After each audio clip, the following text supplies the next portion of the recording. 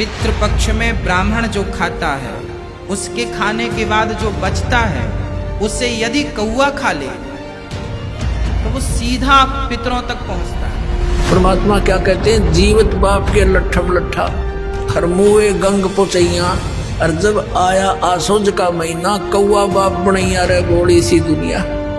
आसोज के महीने में अमावस्या से लेकर पूर्णमासी तक उस किसी भी तिथि को मृत्यु होती है तो उस दिन विशेष कार्यक्रम करते हैं, श्राद्ध निकालते हैं और सबसे पहले क्या करते हैं, वो बना कर भोजन ऊपर रखते हैं और उसी समय कौवे आकर खा जाते हैं। तो वो क्या कहते हैं हमारे धर्मगुरु, देखो भोग लगे तेरे पिताजी, हो सकता कौआ बन रहे हो। अरे भले आदमियों, गति करान लागे थे कौआ बना के छोड़ दिया। ये है इनके साधन।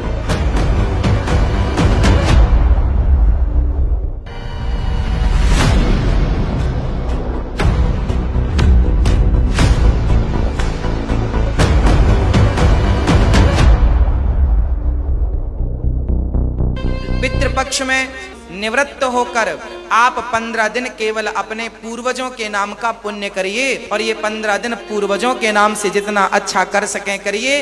उनकी दुआ, उनके आशीर्वाद से आपके बिगड़े काम बनेंगे। पितृपक्ष में ब्राह्मण जो खाता है उसके खाने के बाद जो बचता है उसे यदि कौआ खा ले तो वो सीधा पितरों तक पहुंचता है।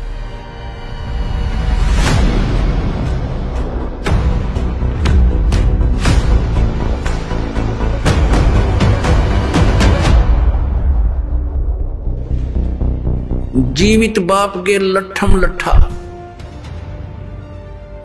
और मुए गंग पुचैया, और जब आवे आसुज का महीना और वो कौआ बाप बनैया रे बोड़ी सी दुनिया। सतगुरु बिन कैसे सरिया।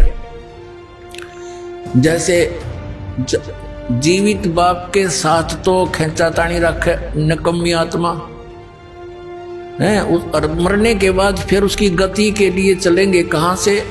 देखो पुण्यात्माओं, ये हमारे धर्म गुरु कहाँ से गति कराने लगते हैं मृत्यु के उपरांत। पहले तो यूं कहेंगे इसी अस्थि उठाओ और गंगा में प्रवाह कराओ, इसकी गति हो जाएगी। अच्छा क्या करते हैं, एक व्यक्ति नाम ना ले था, उसकी पत्नी ने नाम ले रखा था। वैसे उसका अपनी पत्नी को मना नहीं करता था, ज्ञान से बहुत कुछ परिचित भी था, लेकिन उसके सामने एक बात आती कि मेरा पिताजी की मृत्यु होगी और मैं यदि गंगा में अस्थि नहीं डालकर आया तो फिर मेरी आत्मा नहीं मानेगी, तो मैं इसलिए नाम नहीं लूं। एक दिन वो बता रही थी उसकी पत्नी के मेरे तायसरे की मृत्यु होगी, यानी उसके ताऊ की, और वो लेकर गए उसकी अस्थियों को गंगा घाट पे। वहां बैठे वो पांडे और वहां इन्होंने अपने अक्षेत्र बांट रखे हैं कि ये मेरे क्षेत्र का, ये मेरे क्षेत्र का। जाते ही पूछ लेते कहाँ से आए जी, वो बता दिया जी ऐसे ऐसे सोनीपत से आए। अच्छा आज तुम हमारे हो पकड़ लिए गए। तो वहां जाकर उसने देखा, खोल कर पिछला सारा इतिहास बता देते हैं। तो क्या बोले वे नो, बोले यजमान इब कद बहुत दिन माए रे तेरा गजब भैयो। अब उन्हों कह रही थी कि वो बतावा था उसका पति कि मेरा माथा ठंडक्या कि दुश्मन तेनू बाट देखा हम रोज मरा। इन्हों कहा इब कद बहुत दिन माए गति करान। तो वो कहने लगा उसके बाद मेरा वहां से मन हट गया कि वो तो हमारी सारा दिन जो है ना ये कुशोण मनावे हैं। अपने आत्माओं गति करवा दी, किस गति करवा दी कि गंगा में अस्थि डलवा दी, होगी गति। फिर कहें 13वीं करो। 13वीं किस लिए कि गति कराने खातिर। अच्छा हुआ 13वीं भी कर दी। फिर कहें अब इसके श्राद्ध निकालो। पहले प्रत्येक महीने किया करते, फिर छठे महीने और बड़ा व्यवस्था करते थे, और फिर 1 वर्ष के बाद वो कंप्लीशन होता था, उसका समापन करते थे। 1 साल में पूरे वर्ष लगे रहते थे गति कराने। और फिर क्या करते हैं, परमात्मा कहते हैं प्रेत शिला पैजा विराजे पितरों पिंड भराई, फिर पिंड भरवा दो, पितरों की मुक्ति हो जाएगी। परमात्मा क्या कहते हैं, जीवित बाप के लट्ठम लट्ठा हर मुए गंग पुचैया, और जब आया आसोज का महीना कौआ बाप बनैया रे बोली सी दुनिया। अब फिर आगे श्राद्ध के समय आसोज का महीना, तो जिस तिथि को कोई घर का सदस्य मृत्यु को प्राप्त होता है तो हमारे धर्म गुरु वो तिथि नोट कर लेते हैं। आसोज के महीने में अमावस्या से लेकर पूर्णमासी तक उस किसी भी तिथि को मृत्यु होती है तो उस दिन विशेष कार्यक्रम करते हैं, श्राद्ध निकालते हैं। और सबसे पहले क्या करते हैं, वो बनाकर भोजन ऊपर रखते हैं छत पे, और उसी समय कौवे आकर खा जाते हैं। तो वो क्या कहते हैं हमारे धर्मगुरु, देखो भोग लग गए तेरे पिताजी, हो सकता कौआ बन रहे हो। अरे भले आदमियों, गति करान लागे थे, कौआ बना के छोड़ दिया। ये है इनके साधन। अब परमात्मा कहते हैं प्रेत शिला पैजा विराजे पितरों पिंड भराई, और बहुत श्राद्ध खान को आए काग बने कलमाई। आगे क्या बताते हैं, जय सतगुरु की संगत करते सकल कर्म कट जाई, अमरपुरी पर आसन होते जहां धूप ना छाई। अब क्या बताते हैं, जय सतगुरु की संगत करते सतगुरु मिल जाते तो ये सारे कर्मों तो पीछा छूट जाता, ना श्राद्ध निकालने, ना भूत बनना, ना कौवे और पशु की योनियों में जाना। और फिर क्या होता, अमरपुरी पर, अमरपुरी जिस स्थान का कभी नाश ना हो, सतलोक सनातन परम धाम की प्राप्ति हो जाए, जब सतगुरु मिल जाए तो ये झंझट मिट जाए सारे। और ये हमारे गुरुजी धर्म गुरु ने कहा श्राद्ध तो वैसे निकालना चाहिए, इन्हें तो हमारे कर्म बिगड़वाने का ठेका ले रखा था। पुण्यात्माओं, पवित्र हिंदू धर्म के जो सदग्रंथ हैं, पवित्र चारों वेद और पवित्र श्रीमद् भगवद गीता, और पांचवा वेद जो परमात्मा कबीर जी की वाणी जो उनके मुख कमल से बोला गया, उसमें कंप्लीट ज्ञान है, सभी सदग्रंथों का सारांश है। वो तो इनके हाथ नहीं लगा, क्योंकि उन्होंने इन संस्कृत के ज्ञाताओं ने वो तो रिजेक्ट कर रखा था। कबीर साहब की वाणी तो एक अशिक्षित की वाणी है, इस करके वो हमारे पास, हमारे तक नहीं आने दिया। तो इनमें जो पुराण है, ये पुराण क्या चीज है, ये चारों वेद, उन चारों वेदों का सारा श्रीमद् भगवद गीता। लेकिन श्रीमद् भगवद गीता में कुछ अटकल युद्ध कराने के लिए इस काल भगवान ने लगाई है, वो अलग से दिखाई देती है। और जो वेदों से मेल खाता वो गीता जी का ज्ञान खरा है, बिल्कुल सत्य है, क्योंकि वो वेद ज्ञान गॉड गिवन है, परमात्मा का दिया हुआ है। तो हमने परमात्मा के आदेश का पालन करना है। और पुराण क्या है, ये ब्रह्मा जी द्वारा दिया गया ज्ञान, ब्रह्मा जी से सुना, फिर कुछ अन्य ऋषियों ने किसी और से सुना हुआ ज्ञान, वो सब खिचड़ी बना के पुराण बना दी।